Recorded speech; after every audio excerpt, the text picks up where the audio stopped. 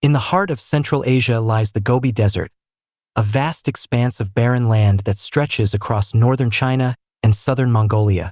This harsh, desolate environment has given birth to many legends, but none as terrifying and captivating as the tale of the Mongolian death worm. Known to the locals as the Olgoi-Khorkhoi, or large intestine worm, this creature is said to possess deadly abilities that defy the imagination. Journey with me as we explore the depths of this legend, the inhospitable terrain it is said to inhabit, the myriad of reported sightings, and the scientific scrutiny it has endured. The legend of the Mongolian death worm is deeply embedded in the culture of the nomadic tribes of the Gobi. Picture this: a scorching summer day in the desert, the air shimmering with heat. Amidst the dunes, a creature emerges from the sands, resembling a blood-red intestine, pulsating and writhing. This is the Olgoi-Khorkhoi, a worm-like beast ranging from 2 to 5 feet in length, with a hue as vivid as fresh meat. According to the tales, the death worm's lethality is unmatched. It can spit a corrosive yellow substance that causes instant death upon contact, and some accounts suggest it can emit electric shocks capable of killing a human or a large animal from a distance. These characteristics make it a creature of nightmares, inspiring both fear and respect among the desert dwellers. In the folklore of Mongolia, the death worm is more than just a creature. It is a symbol of the desert's perilous nature. Stories of the Olgoi-Khorkhoi are recounted around campfires, serving as cautionary tales for children and reminders of the dangers lurking in the sands. Some tribes regard the worm with a sense of reverence, believing it to be a powerful spirit or a guardian of the desert, to be respected and feared. The Gobi Desert, one of the largest deserts in the world, is a land of stark contrasts. During the summer, temperatures can soar above 100 degrees Fahrenheit or 38 degrees Celsius, while in winter, they can plummet to -40 degrees Fahrenheit or -40 degrees Celsius. This vast expanse is characterized by rocky outcrops, endless dunes, and sparse vegetation, creating an environment where only the hardiest of species can survive. The flora and fauna of the Gobi are specially adapted to these extremes. Shrubs with deep roots cling to life amidst the sands, while animals like the Bactrian camel, jerboa, and Gobi bear navigate the arid terrain. This harsh landscape, with its vast uncharted areas, seems like an ideal hiding place for a creature as elusive as the Mongolian death worm. The remoteness and ruggedness of the Gobi Desert make it a plausible sanctuary for undiscovered species.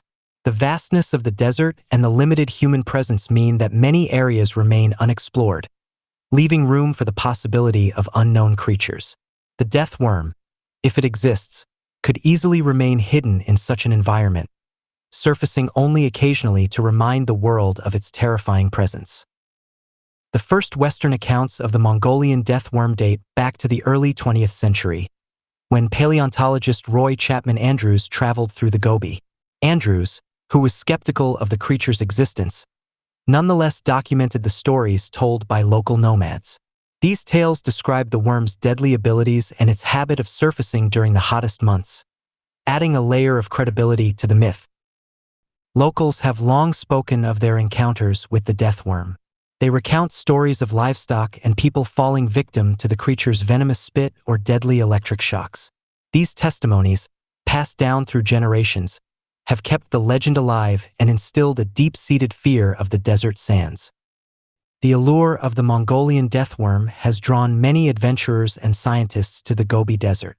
Czech explorer Ivan Mackerel, inspired by the legend, embarked on several expeditions in the 1990s and early 2000s.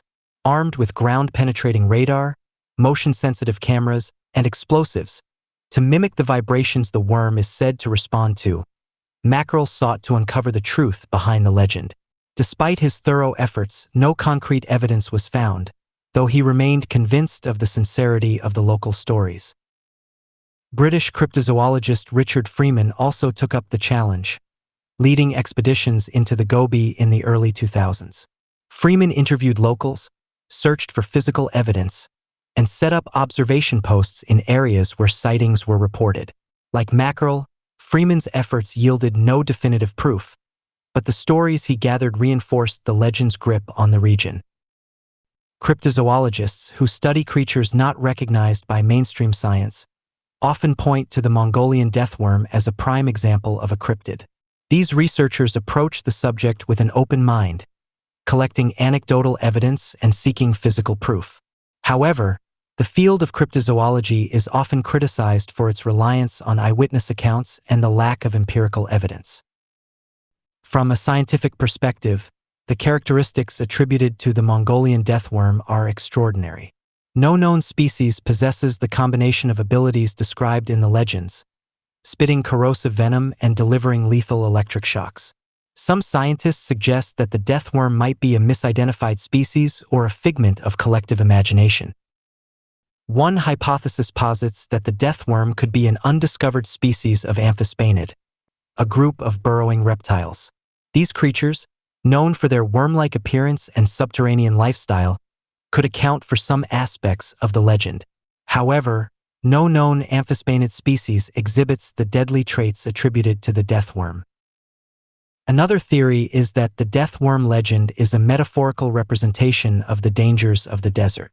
The harsh environment of the Gobi, with its extreme temperatures and sparse resources, can be deadly in its own right. The death worm might symbolize the perils that await those who venture unprepared into the desert's vastness. Skeptics argue that sightings of the Mongolian death worm could be cases of misidentification. The Tartar sand boa, a snake native to the region, is a prime candidate. This snake's burrowing behavior and reddish-brown coloration could easily be mistaken for the legendary worm. Other burrowing reptiles or large invertebrates might also be responsible for the reports. Natural phenomena could also play a role in the legend. In the arid conditions of the Gobi, mirages and optical illusions are not uncommon. These visual distortions, combined with the fear and imagination of the observer, could give rise to reports of a deadly worm. The legend of the Mongolian death worm may also be a product of human imagination. Throughout history, humans have created myths and legends to explain the unknown. The harsh and mysterious landscape of the Gobi Desert provides the perfect backdrop for such stories. The fear of the unknown and the need to rationalize the dangers of the desert could have given birth to the myth of a deadly, unseen creature. Despite the lack of concrete evidence, the legend of the Mongolian death worm continues to captivate the imagination of people around the world. It embodies the allure of the unknown and the thrill of exploring uncharted territories. The death worm remains a symbol of the mysteries that still lie hidden in our world, waiting to be discovered. As we stand on the edge of the Gobi Desert, gazing out at the endless dunes and rocky outcrops, we are reminded of the vastness and complexity of nature. Whether the Mongolian death worm is a real, undiscovered creature or a creation of folklore, it serves as a testament to the human spirit of curiosity and the enduring fascination with the unknown. The desert holds its secrets close, and the Mongolian death worm remains one of its most tantalizing mysteries.